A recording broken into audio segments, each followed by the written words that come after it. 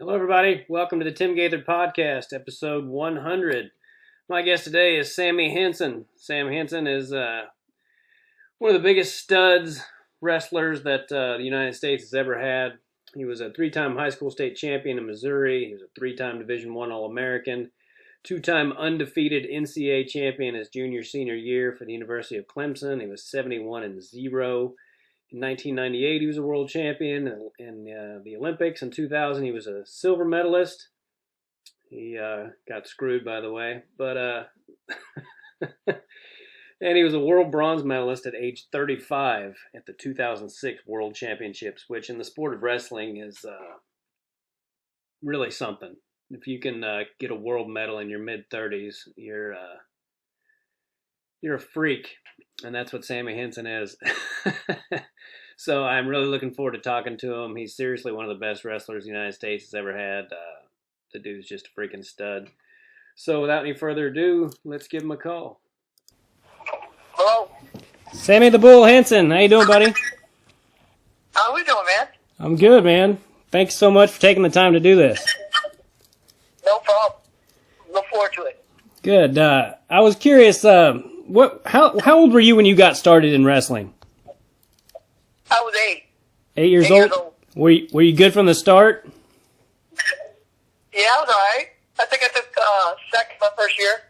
Second, yeah. And then I don't think I never lost another state title when I was in Little League. You did or didn't? I think I didn't. No. Huh. That is, I won. I think I don't know, whatever it was, 6 or 7 titles from then. Oh wow! And you had 2 older brothers, right? Is that who you got you into it? Yeah, my brother Chuck and Kevin, they started wrestling. My brother Chuck came home I think his freshman year and said he's going to go out for wrestling. And basically I did whatever they did, So that was a big part of it. I played football, baseball, and then wrestled. So kind of copied them, Yeah. How much older were they than you? I think my brother's 5 or 1 graduated 83, so he's a lot older. He's like 7, 8 years older than me, and then the other one graduated 85. So I saw some interview that where I think it was your Hall of Fame induction interview. You told the guy that your brother left you somewhere and made you walk home in the wintertime. Is that true? Yeah, he used to do all kinds of crazy things. Make me run home from practice. In Francis Hall High School, I was at. After I'd have practice, he'd have me run home 5 miles home, or whatever. Then he would just come up with crazy things that, mess with me mentally and, challenge me. Smart, actually smart, but also a little crazy. Yeah. A little nuts, you drop somebody off in the middle, I think it was Thanksgiving, and drop me off and tell me to find my way home in a blizzard. That's not too smart, I guess, but, just trying to toughen. I think he was just trying to toughen me up, but I don't think I needed it. Do you think that they could see that even at a young age that you could take that kind of stuff? Yeah, I think that a lot of people used to say that to my family and my parents, and that I was, in a different way, I guess. I don't know, but just my mentality. I think at a young age, I just knew what I wanted, and basically I hated to lose. And I had, family of 10. I'm the last one, so that helps too. Yeah. So you were kind of a intense even as a kid. Because everyone talks about your intensity, about how just freaking intense you were. That was something you were born with? I think both that and just being in a family, such a big family, and we were all really into sports, and my mom was really a competitor too. She would get in there, and she was like the neighborhood mom playing, football and baseball and everything with us. So, I really believe that it just came from my environment and also just a lot of it, right? Yeah. But I did passion. I had it wasn't so much winning as it was I hated losing.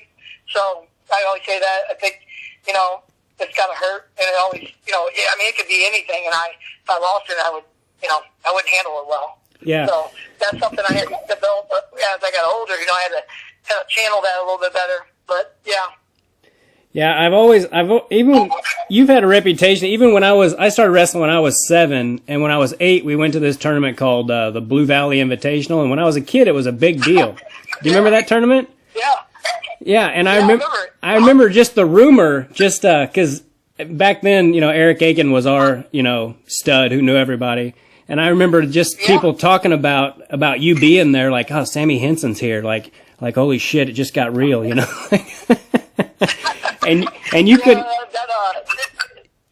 I was just gonna say you couldn't have been in more than 7th or 8th grade, so you already had a reputation as being like this badass. Yeah, I don't know about I've never seen any of that. I never paid attention to it, so it's probably a good thing, Yeah. I think my brother and just my coaches used to always put me with bigger guys when I wrestled because I was very, very strong, pretty strong, and so they wanted me to learn, instead of muscling people, and so I really had a great situation of people understanding what I was capable of doing, and then also just helping me with those things.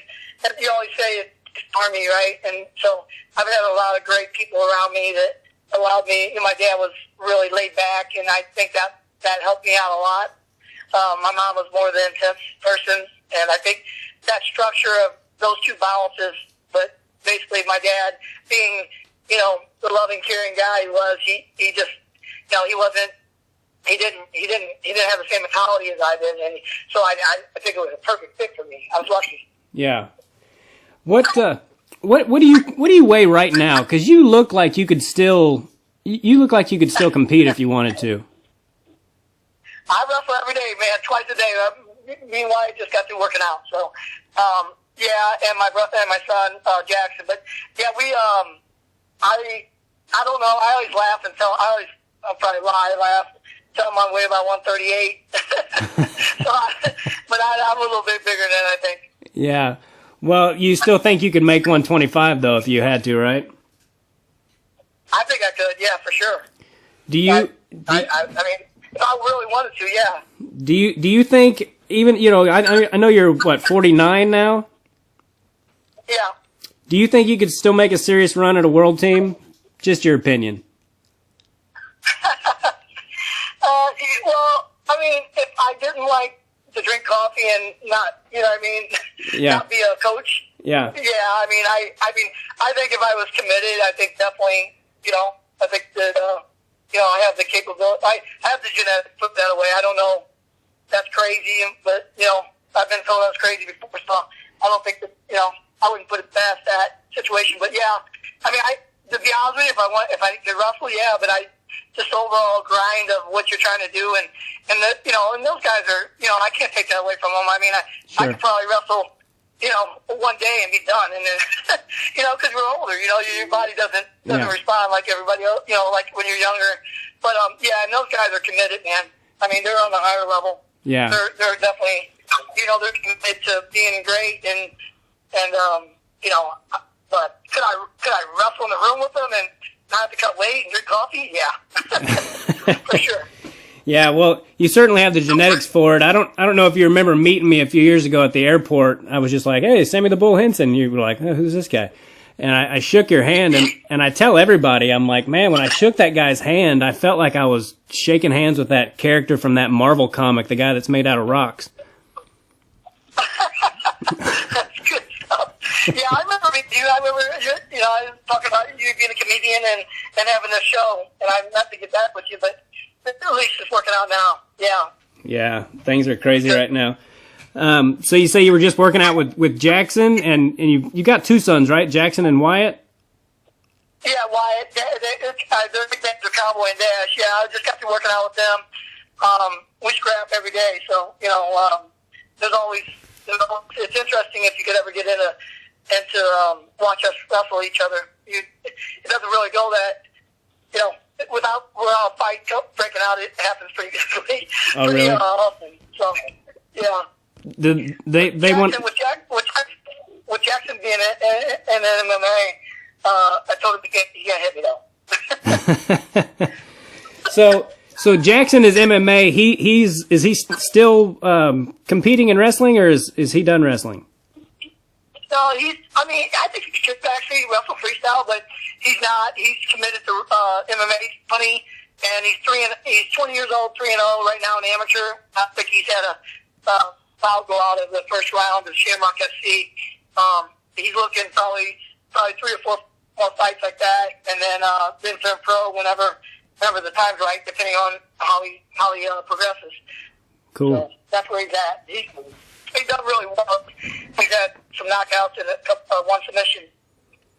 Do they wrestle like you did? Do they have similar styles? I would say Jackson is really smart, like cerebral, and and his work ethic is unmatched. You know, he trains really, really hard. So, but I would say the Wyatt probably wrestles more like me. Okay. You know, but I don't know. Jackson has upper body. He can throw ones, underhooks. He ties a lot, but Wyatt's more outside. So I guess it's a combination of both, you know? Yeah. And Wyatt is going to University of Iowa the year after next? Yes, he is. That's really cool. My friend's a huge Iowa fan, and he's really excited about because he was like, I think he could start at 41 his freshman year, and I don't know what weight he's planning on wrestling, but... I don't know, you know, I mean, I know they have an unbelievable room and a great coaching staff, and, you know, so that's, you know, he made his own choice. He made that choice. He felt like it was a good fit for him, you know. Well, the only thing I ever said to him, he was getting recruited, was that I won't ever tell you where to go, you know, because you have to be there for 5 years and it has to be you. But I will tell you where I don't think he would fit. And just because he's similar to me, so, you know, personality-wise, you know, some coaches are different, you know, and so you know, if you said something that I would, you know, not that all these coaches are great coaches, but just the fit, you know, it's got to be a fit. Yeah. So that's the only thing I guided him on. And, you know, Iowa State, Iowa, I believe he was really interested in, you know, and the 2 schools. I mean, I know other schools, Oklahoma State, but, you know, I think Iowa, the Brands brothers, their passion, their intensity, you know, like he said, I asked him why, and he said, well, you know, Dad, when I hear Terry yelling in the room, it reminds it's you, you know, you know, so that made me feel good and comfortable with it. Yeah, I bet. You know, I was talking to somebody the other day, and I know that you and Terry were different weight classes, especially internationally, but I would have loved to seen the two of you wrestle. Did you guys ever wrestle? We wrestled in practice a couple times, so. We hand fought one time. I did, and Mike Thoreau, I was leaving junior nationals. We had a training camp there, and I had to leave early. And Brands got up early. It was like 5:30 in the morning in Fargo, North Dakota. And I remember we were like, what are we going to do? Well, we couldn't get in the room, you know, couldn't get anything. So Mike Thoreau had us going hand fighting on. And I think it was on the side of like basically a hotel with like trees and people were driving by, and I'm thinking, man, what do they think? Because we were just, I mean, it was one of the cool. If they could have got that on flow or anything, it was a mixture of just 2 guys you know, Brand was like hand fights, so it was you know, it was a great workout. Yeah, that's funny. Probably the best wrestling match I ever had was when I was in high school. We lived in this house right on Metcalf, which is a really busy street. And my brother and I wrestled in the front yard, and it's a busy street, so everyone was driving by and watching us. And probably the best match I ever wrestled in my life. It was like 2 weeks after I'd won state in high school, and I was like, I wonder if I could beat my brother now. And we got 1 takedown apiece, but I always wondered what those people were thinking driving by watching these 2 idiots wrestle in their front yard. Yeah, exactly. I remember being in the middle of hand fight, and I'm thinking, man, and we got, you know, we had a break or something, and I'm thinking, oh, this is crazy. I loved it, but I just like, I can't imagine what these people are thinking. Yeah. You know? How would you describe what hand fighting is to somebody who doesn't know, like a non-wrestling person? Well, I think it's just non-wrestling person, I would say, winning positions, getting inside, use your head position, and using your hands, 2-on-1s, which they wouldn't know, but basically trying to win positions and a lot of Greco background in that, so a lot of all upper body, and using your center of gravity, almost like a sumo wrestler, and getting lower and controlling, basically to a layman, it'd be controlling the center of whatever you're at. If you have a circle, you're going to control that center, and the only way you can do that is with using your hands and your head. Okay. Well, I'll try to remember that when somebody asks me, because people are always asking me, what is hand fighting? I'm like, well, I can't freaking explain it to you. Yeah, it's just controlling the center of wherever you're at. Put two guys in the center and see who. I think it's more like sumo wrestling, basically. Yeah. You might see the little smaller guy, but he's the lower center of gravity, pushing the big guy out. Yeah. And there's a lot of positioning in that. Who was? I know you wrestle a ton of tough guys, but who would you say the toughest opponent you ever had was, domestically or otherwise? The toughest wrestler I've ever wrestled was Eric Aiken. Yeah. I only say that because for some reason, when I wrestled him, he wrestled me like I stole something from him. It was always. I mean, we wrestled the Big 8 finals. We wrestled in the NCAA finals. We wrestled the World Team Trial finals. I mean, we wrestled the Olympic finals. It was just always just two guys battling like warriors, and a lot of people sometimes when you're competing against each other, you don't like each other, but with him, I mean, of course, on the mat I didn't like him, but I love the guy. He's how can you not? Just a great human, and so we're friends now, and I always think about him. I know his son's wrestling, and he has a great family, and it's just we're tied together forever, and it's a bond you can't describe. Well, yeah, I mean, not only did you guys have all those wars together, but I mean, you guys have so much in common. You're world-class wrestlers, same weight, same age, 4 kids, 2 daughters, 2 sons. I mean, you talk about two guys who have a heck of a lot in common. Yeah, I didn't look that far into it, but yeah, you're right. Yeah. Yeah. Do you guys still hang out on occasion? Well, I don't see him that much, but when I do, we just talk a little bit, and there's always just an admiration for each other, and every once in a while I think I've talked to him on the phone, just driving around, but yeah, that's about it. Yeah, I was telling your first college coach, Wes Roper, that some of my best friends were guys that I used to wrestle and have, I didn't like them at all at the time. But then when you're out of that, and then you start talking to each other, you realize how much you have in common. And do you have a favorite? Do you have an Eric Aiken story? A favorite Eric Aiken story? Eric Aiken story. Yeah. Man, me wrestling him or? Yeah, or just in general, anything. Well, we got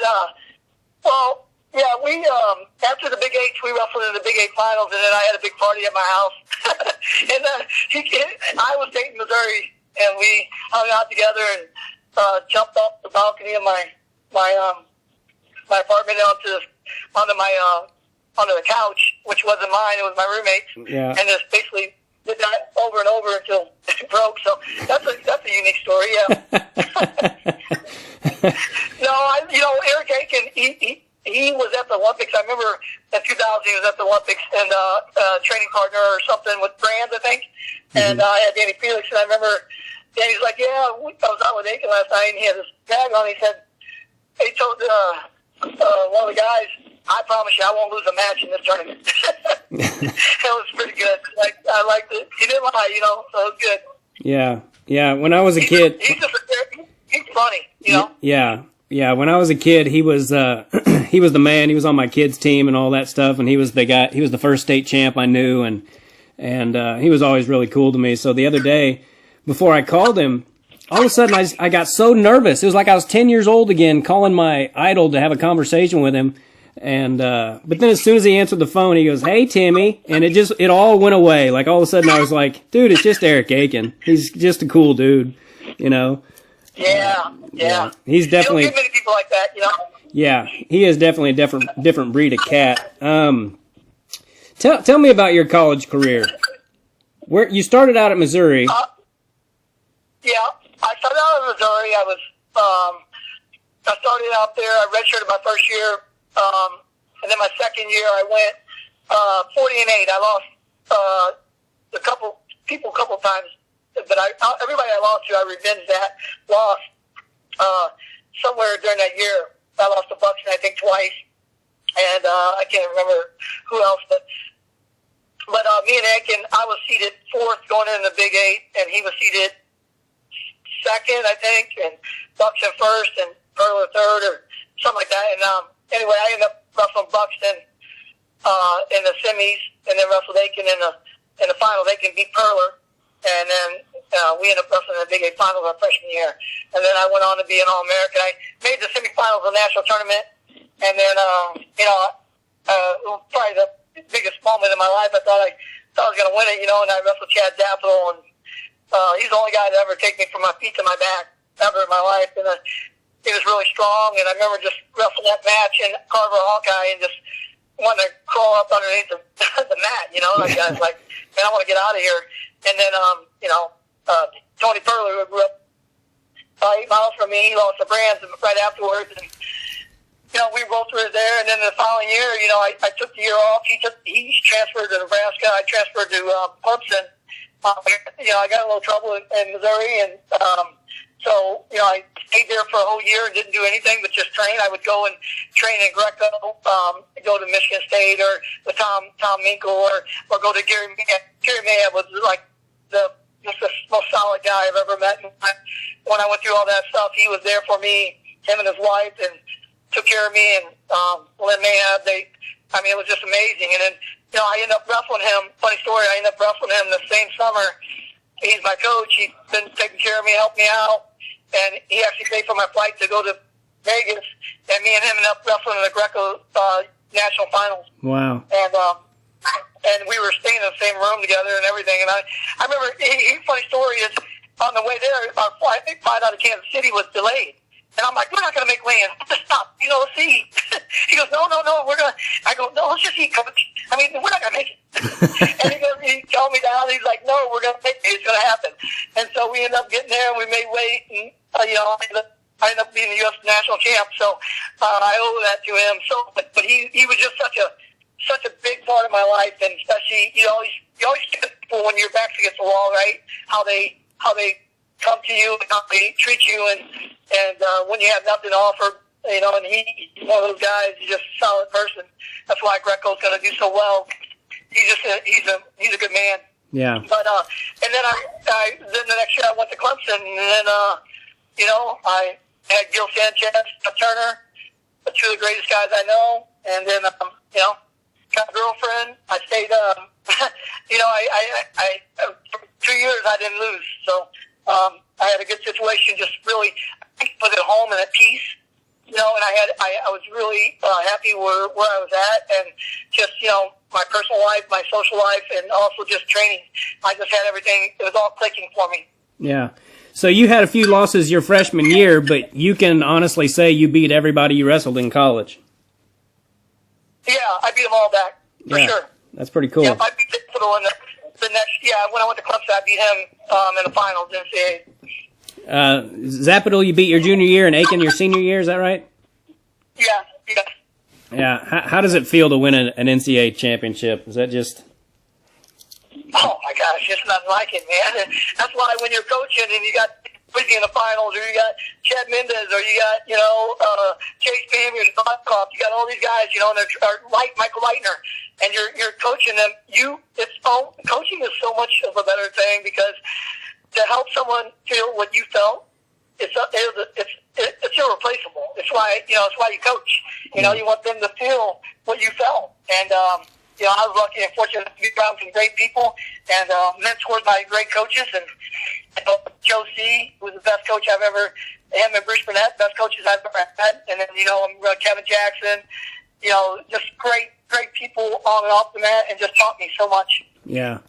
Yeah, not a lot of people can say they had two undefeated college seasons like that. It's pretty freaking awesome, dude. That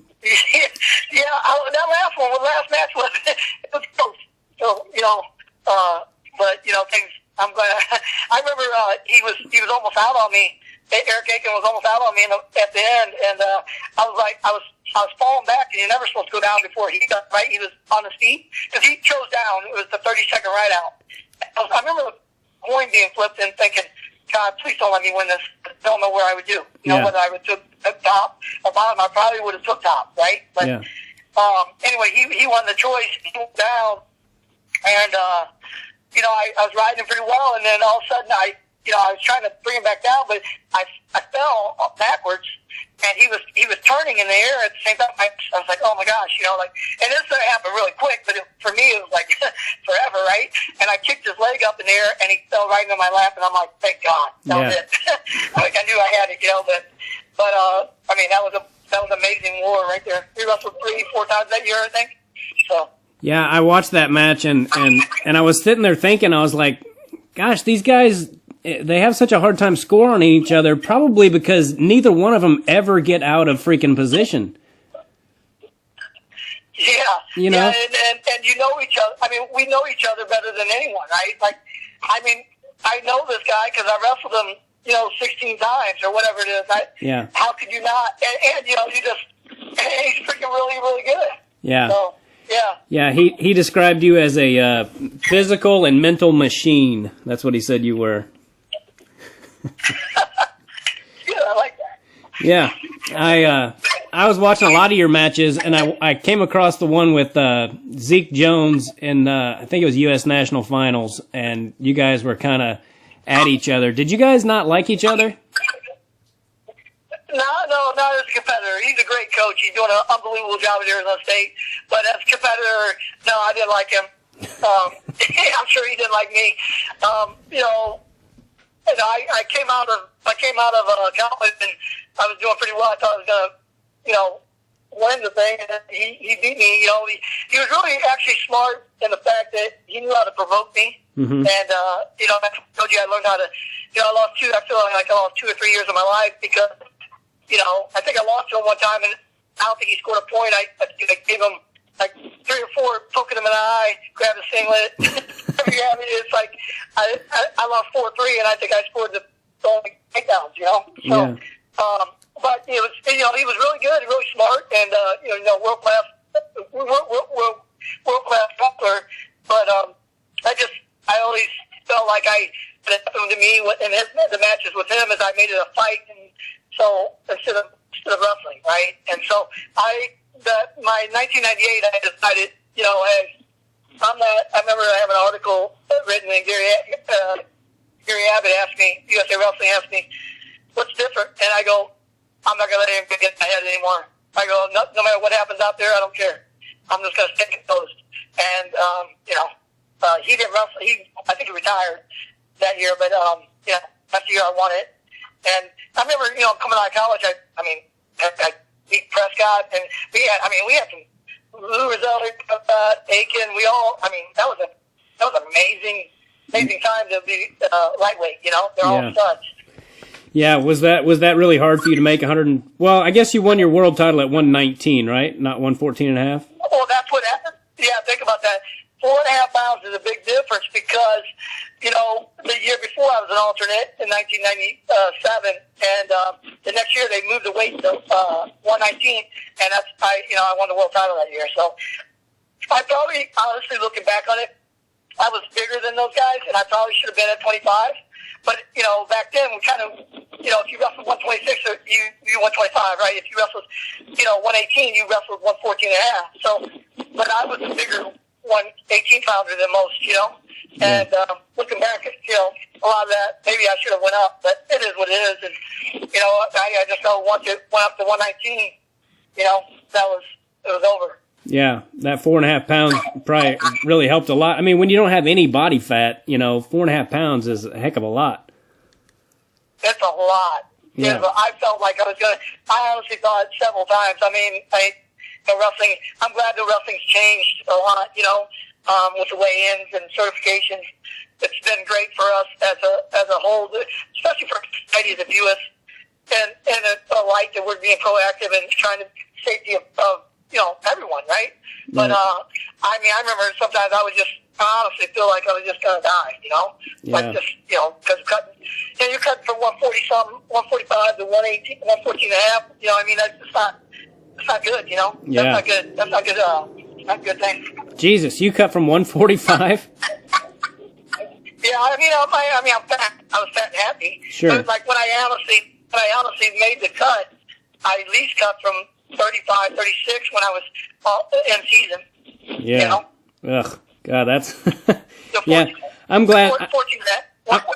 I'm glad that aspect of the sport has changed as well. My son's going to wrestle, and I don't know that he's going to, but he's a little kid. But if he does want to wrestle, I don't want him to cut weight or try to discourage it as much as possible. No. I always tell these guys, get bigger, man. Get bigger, get strong. To be able to, as a coach, I remember Chad Mendez, he came to me at Cal Poly. Hey, I want to go 141, coach. And I was talking to John Asman. I go, I don't know, man, because he was an 18 or 20. What was it? 18 pounder. Or I'm sorry, 25 pounder the year before. And I thought, man, you're gonna make 2 jumps. Like you're gonna go from that to 41. And he has the size. And I just remember telling him, like, okay, I'm good with it, but I don't want to hear one time during the year that you all of a sudden said, hey, I'm in the wrong book. I don't want to hear that. Yeah. I go, if this is the way you're going to go, this is the way we're going to own it, no matter what happens during the year. And you got to trust me, and you have to do it my way. And it was good, And he did, and he did a great job. But yeah, he changed my whole view on that because, I mean, he was able to train, he was able to eat, his body was on all cylinders, and he had a lot of power. So it was a great experience for me as a coach too, to realize that, hey man, it's nice to have guys in there who's not worried about cutting weight, they're worried about getting better, and that's huge for us. Yeah. So you won the world title in 1998, and what does that feel like? To know you're the best wrestler in the entire freaking world. Does that make you feel like a superhero? It just, what goes through your mind.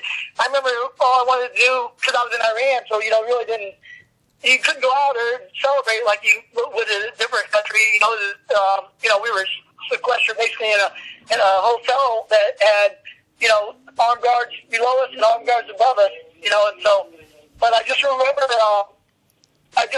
the chant in USA, and I just remember all the things, all the anguish, all the, losing to Zeke those years, and just all that, and changing my mind, and adapting, and having coaches like, even John Smith talk to me and help me with my mental phase of it all, and Bruce Connett being a technical coach he was, and Joe C just being like a father figure to me. I just was lucky to have those 3 guys around me, and I was lucky, the kicker is, like, listen, if you don't listen, it doesn't matter if you have those people around you. You know what I mean? But I listened to them, and I was willing to adapt, and that's what goes through your mind. When you win, it's not the winning. It's all the anguish, all the hard work, all the years, Yeah. What kind of guy is John Smith? Oh, he's a funny guy. I think he's funny. I think he's a great competitor. Of course, you can tell. I think me and him are more probably alike in the fact that we hate to lose. I don't think he likes to. It's not winning. I think it's losing. He hates. Yeah. Just being around him. I just think he's a really, really intelligent. His wrestling IQ is really high, and he's done an amazing job as a wrestler, as a coach. So it speaks for itself. Yeah, I was going to ask you the same question about Kerry Colat. My son's middle name is Colat just because he was always my favorite wrestler when I was a kid, and so I named my son's middle name is Colat. What kind of dude is he? Intense. I would say he's not like me, where I come off really intense. He's just more quiet with it. But his training was, I always, in the interviews I've had in the past, talk about, I measured myself, making sure that I outworked him, and I'm sure he did the same with me. Like when we were on the teams together, if he did something extra, I was doing something extra. I didn't, my brother would call, and I'd be like, yeah, did you outwork Kerry today? You know what I mean? That's what it was, and just the mentality we had. I remember he came to State College one time when I was coaching at Penn State, and he's like, "Hey, we're going to eat and get our stomachs full, and then we're going to go spread to see who throws up first." I'm like, "All right, man." So, just crazy stuff like that to get all the blood rushing to your stomach, and then go out and do bunny hops and run sprints. But it was all more mental. I think he grew up a lot like me, with just his dad being tough on him, and the mental games that I'm sure he had. Yeah. So who threw up first? I don't remember that. I would say him, but you can ask him. But I think he did it. I think he threw up. Yeah. I'm not gonna. Even if I did, I wouldn't admit it. So. Yeah. So you win gold. You win the world championship in '98, and in the 2000 Olympics, you get silver. But I watched that match. I watched it when it happened. I mean, at least as live as I could, and I hurt for you because it was so hard to watch that guy pulling on your singlet the way he was and all that. Was he as dirty as he seemed to be in those matches? 1,000%. Yeah. Yeah. I wrestled him four times, and I beat him 3. So that was a hard break. Here's the deal. I don't like people making excuses. So bottom line is, I went out too hard early, and he got to my legs early. If I would have been more calm at the beginning, I would have won. Yeah. But I went out too hard and put myself behind, and then he got the ankle lace because he had the best ankle lace in the world. Probably still has the best ankle lace in the world.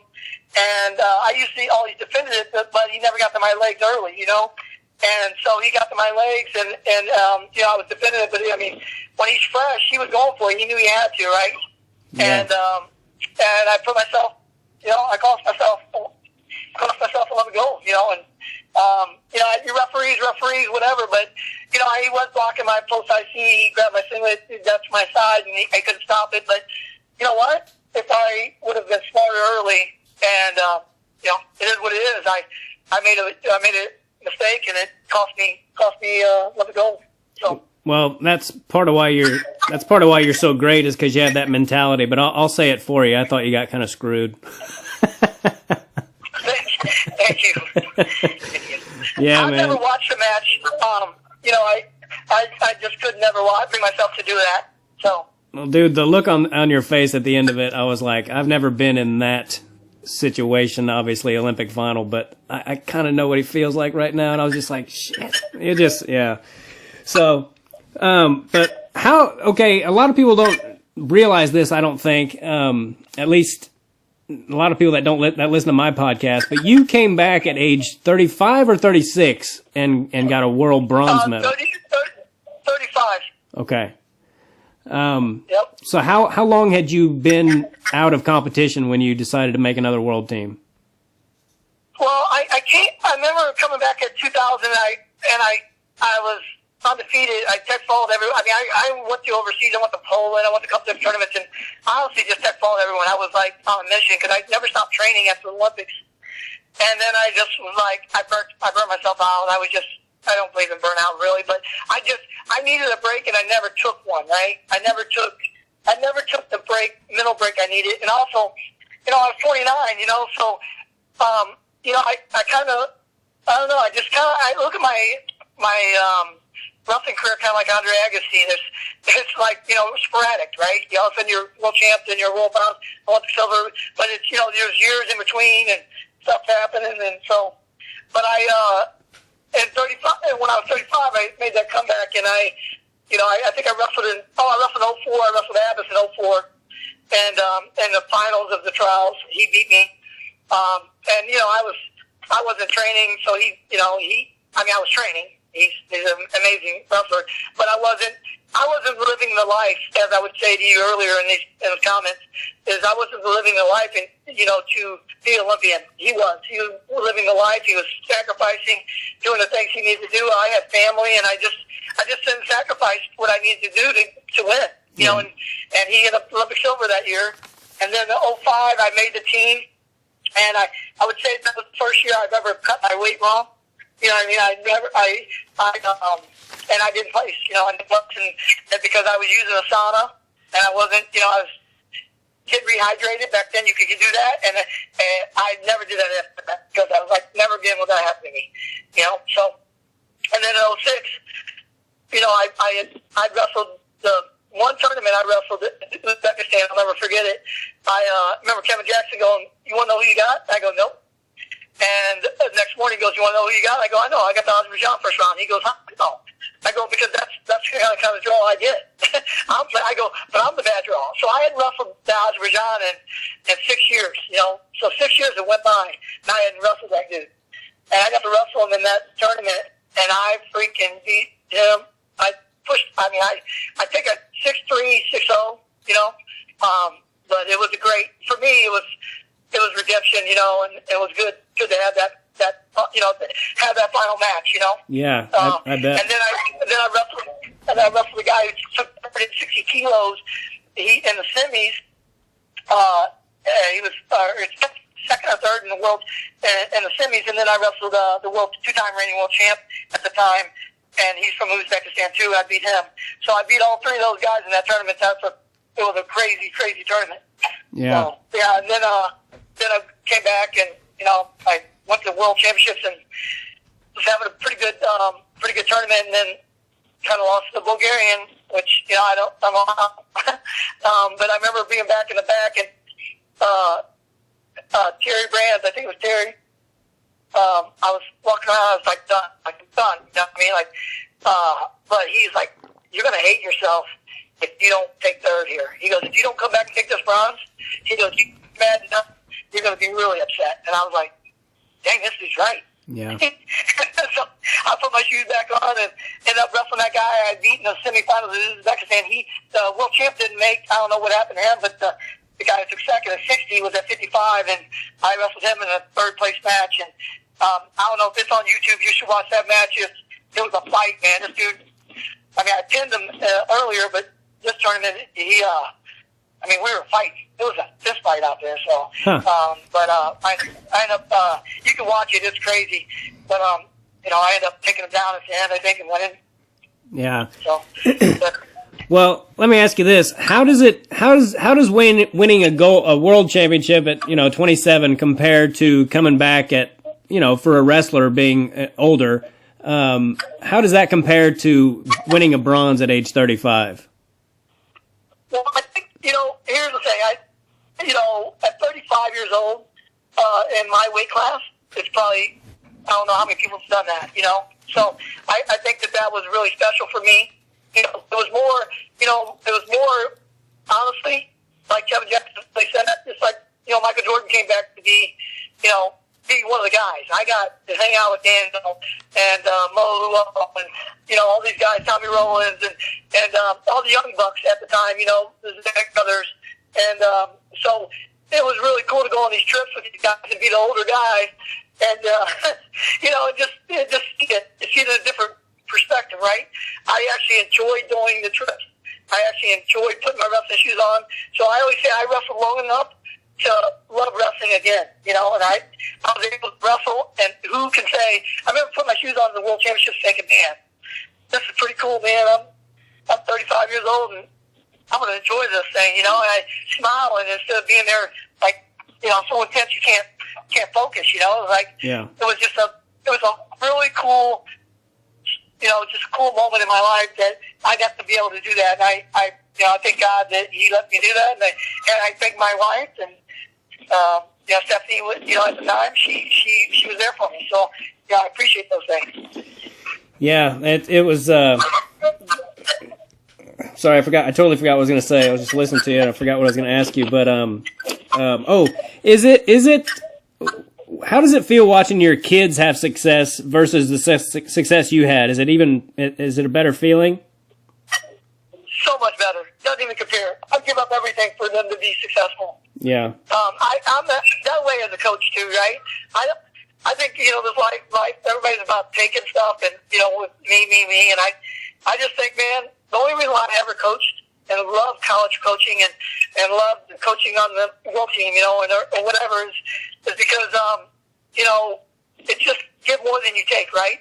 If you can help someone with a small part of your life, with your mind and the knowledge you were given, it's just, I mean, I know that sounds crazy, but it's just, there's nothing better than that. I mean, in a way, it's kind of selfish because you get gratification because you help someone, but really, it's never, when it's not about you and when it's about someone else, it's always a good thing, you know. Yeah, Aiken said something similar. He was like, you know, you hear people say when you're competing that coaching is even better, and especially watching your kids win. And you know, at the time, he was like, "What a crock!" And then he had a kid, and watching him have success, he was like, "Oh, I do get to feel that again." You know, and it's even better.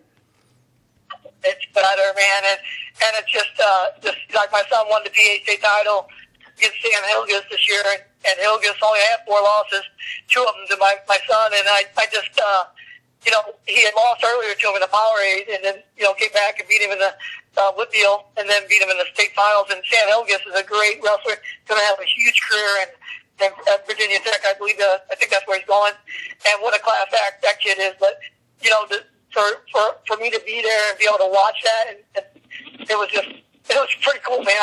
I can't even describe my feeling. I was so happy. Yeah, and you also have 2 daughters, and I was thinking to myself, I feel sorry for anybody that goes to pick up Sammie Henson's daughter on a date. Yeah, my daughter, my oldest daughter, she's redheaded, and she's a soccer player, Rubio, and she's a pretty fierce competitor. I think she's probably more like me than any of them, you know, and so I feel sorry for that. I told her, I feel sorry for whoever your boyfriend is. I'm not worried about it. Yeah, yeah. She's in trouble. Yeah. But Georgia Kate, she's more of a girly girl and a dancer, and I'm just, you know, those two, they're just, you know, as a dad, you understand, it's just something about a daughter, man. It changes you.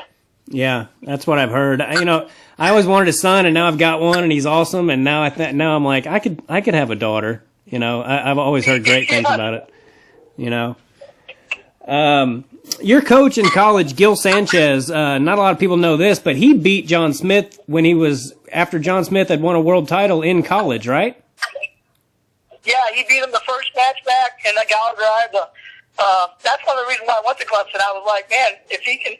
You know, because he was technical. You know, Gil was a very technical wrestler, and so, you know, he would wrestle me once a week. You know, usually on Monday, just play wrestle. I learned how to drill. I learned how to wrestle. You know, Wes Roper was a great coach, in fact, you know, get you, you know, conditioning and get you in shape. But you know, I did that a lot on my own. So like, Gil was a good fit for me. But yeah, he's very technical. Beat John, and then I think John, you know, ended up being pretty bad in the national finals. I'm sure he was not happy. And yeah, but it's pretty neat thing to be able to be the world champ after, you know, right after the world, you know. So yeah, and one of the best from any country. I mean, watching John Smith wrestle is just a freaking treat. I'll ask you a couple more things, then I'll let you get off here. But what is your opinion on whether or not we should wrestle only freestyle in America? Do you have an opinion on that? You know, I love both styles. I do like some of the rules in freestyle better. It's more exciting. I feel like that's just me. I take it or leave it, but I honestly think if we went freestyle, it would be better for us all. You know, I really do. The transition would be easier, of course. You know, it'd be seamless, and you know. I mean, honestly, you're gonna have more fans, I think, because you're gonna, you know, controlling the center of the mat. You know, people understand that. They understand the push out. Okay, that's one point. You know what I mean? You understand the rules a little bit easier because with college wrestling, you know, you're riding someone on top of someone and you're not even turning them, and you get a minute riding time, which I love. Don't get me wrong. I'm a big advocate for riding, right? Yeah. But at the same time, I mean, for the fan base that if we're really trying to grow wrestling. I just think that you look at freestyle and you look at how it's perceived, it's amazing. And some of these matches, and they're shorter, you know, like, you know, you have shorter matches. So I don't know. Yeah. I think it's more exciting. I think it keeps the fans more involved. But, yeah, it doesn't matter to me. I can coach either one. I'm sure other coaches feel the same, but as a whole, I just think for us, if we're going to grow wrestling, I think freestyle is a huge bonus for us. Yeah, speaking of coaching, I also really hurt for Zeke Moisey when he didn't win that national title a few years ago, but what a freaking run he had to the finals. Was that one of the best moments of your coaching career? Yeah, that was my favorite. Him and Paul Donahoe at Nebraska, we did a pretty similar run. We had, I think Donahoe had number 5, number 3, and number 2 he beat on the way to the national finals. He beat number 1, actually beat Hazelwinkle in the finals. And then, what do you call it? Moisey's run was just amazing. Just to see him, and that was just, honestly, that's just growth. He trusted, he believed, and he trusted in the system, and he stayed with it. And, great things happened for him. And even honestly, coming after that, he wrestled my last year at West Virginia. I mean, he was an All-American, and he had a shoulder out, and he just persevered and was an All-American, which is impressive in its own self. But yeah, that run, that was the greatest. That was awesome, man. I mean, as a fan, I couldn't imagine. I mean, everybody was coming up to us. Zeke was in the zone, definitely in the zone that weekend. Yeah. Yeah, he's a tough freaking kid. I think just about every match I saw him in, he was limping or had a black eye or something broken, or he's just a tough freaking kid. We wrestled one time in the room, and people, I mean, it was crazy.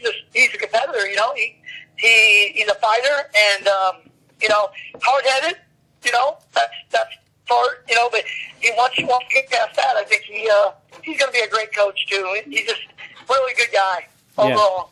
Yeah. Yeah, it was cool to watch you coach him, and it just seemed like you guys had a pretty special relationship, and that was cool to see. For sure. I want to ask you this, and this is another opinion question. I know you guys are slightly different weight classes, but prime Sammie Henson college versus prime Spencer Lee college, who wins that match? I saw that on the internet.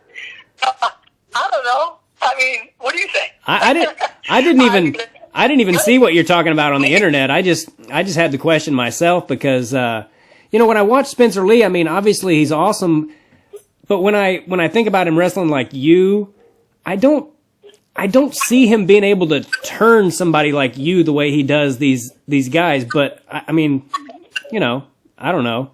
But I don't know about the win. I don't know about the match itself. But there's no way he turned me. I'm gonna tell you that right now. Yeah. Yeah. There's no way. Yeah. Especially, I mean, sometimes he'll be wrestling these other Division I guys, and I'm like, it looks like a damn kids tournament out there. Like he gets that cross wrist tilt and just turns everybody with it, and I'm like, I don't see him doing that to Sammie Henson. He must be really strong, though. He has to be, because I watch him. And you know what? The guy, what a person, right? Look at you never see the dude. He's just a good, on and off the mat, solid dude. What a representative of Iowa and what you want in your program. I think that having a guy like that, how could you not recruit off of that and say, look, this guy, he lives a lot. He academically he's sound. He's helping people off the mat. He's giving back. That guy's got the sky's the limit for that kid. But yeah, that turn. He's really strong. Yeah. That's all I can say. His grip must be. I've actually wrestled him one time. Anyway. Yeah, he must be like tendon strong, because you look at him and you're like, God, I've seen guys that definitely look stronger, but he must be just freak strong. And his grip must be amazing. I don't know. I haven't wrestled a guy on that, but but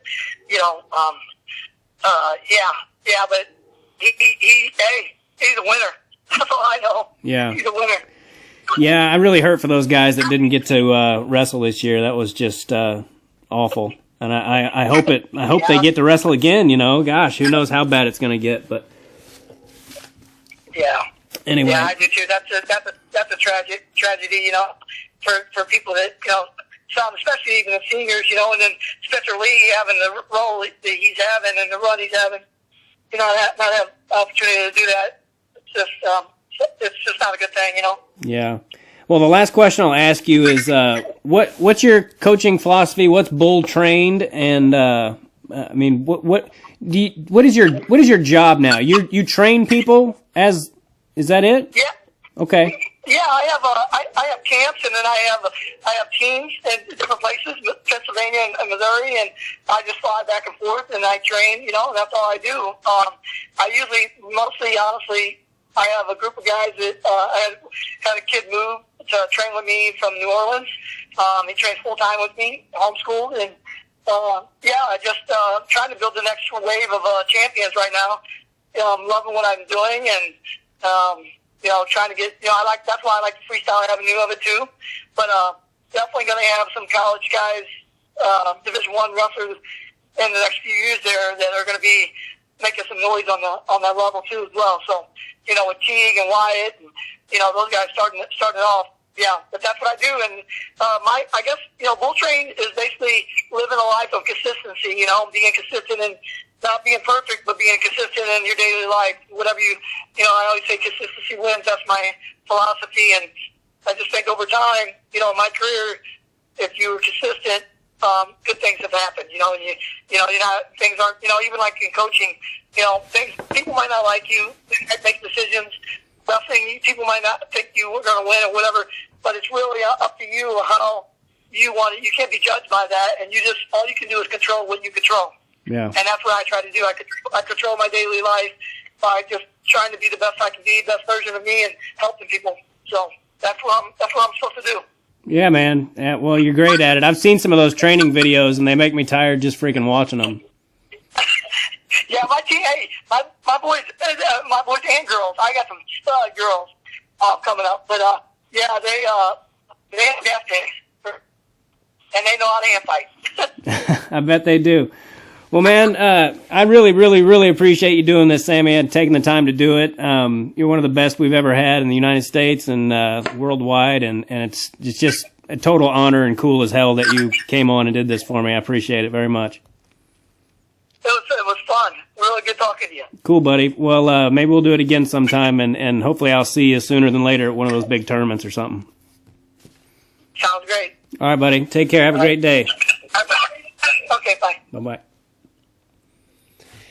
Sammie the Bull Henson. Man, that was freaking cool, you guys. It is so cool to me. I'm not a big star or any of that shit, but it is so cool to me that I get to call up and talk to these guys that when I was a kid, it was just like, oh, there's Sammie Henson, or I had never even seen Sammie Henson when I was a kid. I just heard he was in the building. And there was like this, and he was only a 7th or 8th grade kid at the time, but you see what he went on to do, 3-time high school state champ, 2-time undefeated NCAA champ, 3-time All-American. World champion, Olympic silver medalist. He should have been gold. Bronze medal at age 35. I mean, whether you know wrestling or not, those are pretty amazing freaking things that he did. And what a cool dude. I'm always amazed at how nice these guys are, which is another reason I love wrestling. They're just cool people. And anyway, I could go on all day about it, but also, if you have a little boy or girl that's serious about their wrestling, go to bulltrain.com and check out the various camps and clinics that Sammie the Bull Henson will be putting on. They've got one June 14 through 17 at the Missouri Military Academy. That's in Mexico, Missouri. Again, that's June 14 through 17.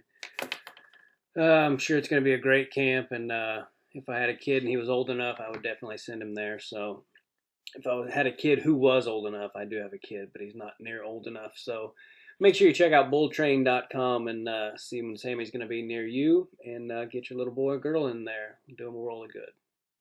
Go to makingithappen.com, MACAN, ithappen.com. Help out little Bo Macon and his family. Subscribe to my YouTube. It's youtube.com/Tim Gaither. And subscribe to that. My social media links are all available on timgaithercomedy.com. And I really appreciate you guys listening. Hope you enjoyed that. And thanks. Take care. Bye. God bless all of you. Bye. Do us both a favor and click on that subscribe button.